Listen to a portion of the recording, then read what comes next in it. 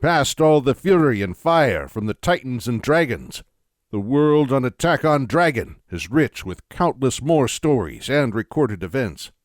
As your storyteller of this world, join me now as I take you through this world of great beauty and torturous cruelty. Behold the world of Einherjar, and I, your guide, Wayne Thurmond.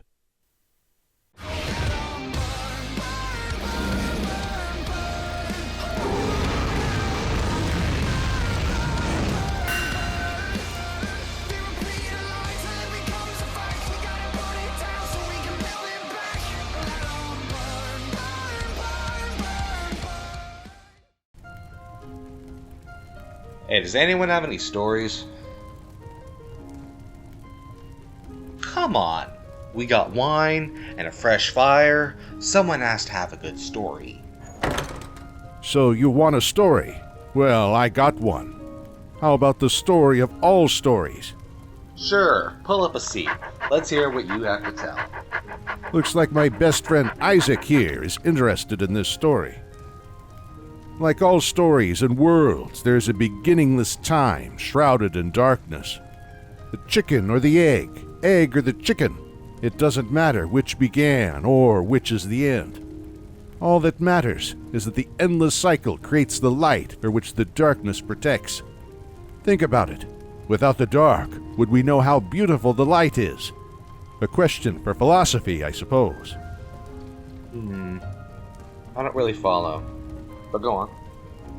Stories upon stories, layered constantly beneath the stars all across our galaxy and beyond. Even now, somewhere out in the centralist universe, Bran, the worldsmith, is forging more worlds, never resting. The title of worldsmith was given to him by the dwarves, although in elven mythology, he's known as Father Creation. Humans, on the other hand, well, let's just say the idea of a world builder in space is just another story for wet nurses and philosophers to the humans. You make it sound like you're not human. You are human, aren't you? How did the dwarves say it? Oh, Bran the worldsmith, he who mans the eternal forges, for as long as you forge, so shall we, with you and through you. Does he have a reason to be making these worlds? I can't see anyone making things like worlds for nothing. Oh, that's right. I haven't told you yet. These worlds are for a lovely lady, someone very close to Bran the worldsmith. A very nice lady for the maker of worlds, if you ask me. She's known as Narine, the Garden Maiden. Although I wouldn't let her pretty name and title fool you. Her role in this story is the very antithesis of Bran the worldsmith's. Sure, she's as nice as Bran, and they're good friends, but I can't say what they do in their lives are the same. The elves call Narine the Garden Maiden Mother Death, and here's why.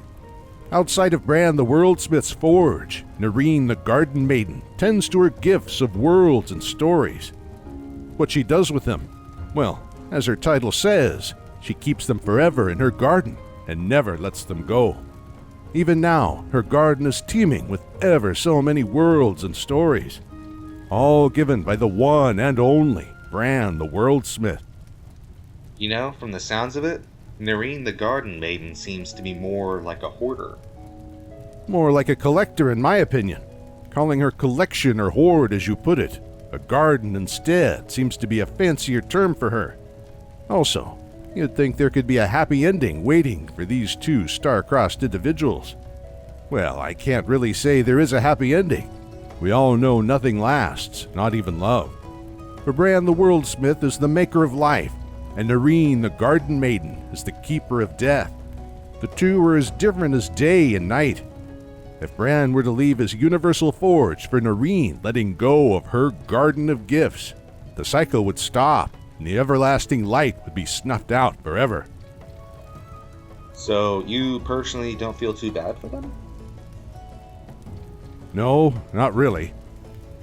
You see, Bran gives Narine these worlds and stories to keep a smile on her face. Every time he sees that face of hers light up with hope, it keeps him wanting to make more worlds for her. Just as much as she loves adding more worlds to her garden, it gives him the satisfaction that his work is not in vain. Some bonds in life are best not to join too close and remain as they are, it seems. That's a rather interesting story. You know, it's been a while since I've brought up that story. Feels good to hear it after all this time. A story of stories, and more stories to come. I can only imagine what Bran the Worldsmith is forging up for his next world, with more stories to come for Narine, the Garden Maiden. You know, whenever Bran finishes a world full of stories, his hammer releases a fiery burst of energy. But that is a tale yet to be told. You know, I think I've said enough. Isaac and I have to go. But you just got here! Wait, where'd he go? Wasn't he just here? Ladies and gentlemen, I hereby present to you Attack on Dragons Explore the Lore series. Now, I'm hoping to get more of these out. As of last Tuesday, I have joined the night shift crew at where I work. So, uploads will be a bit more difficult, but it's not impossible. So, don't you worry about a thing.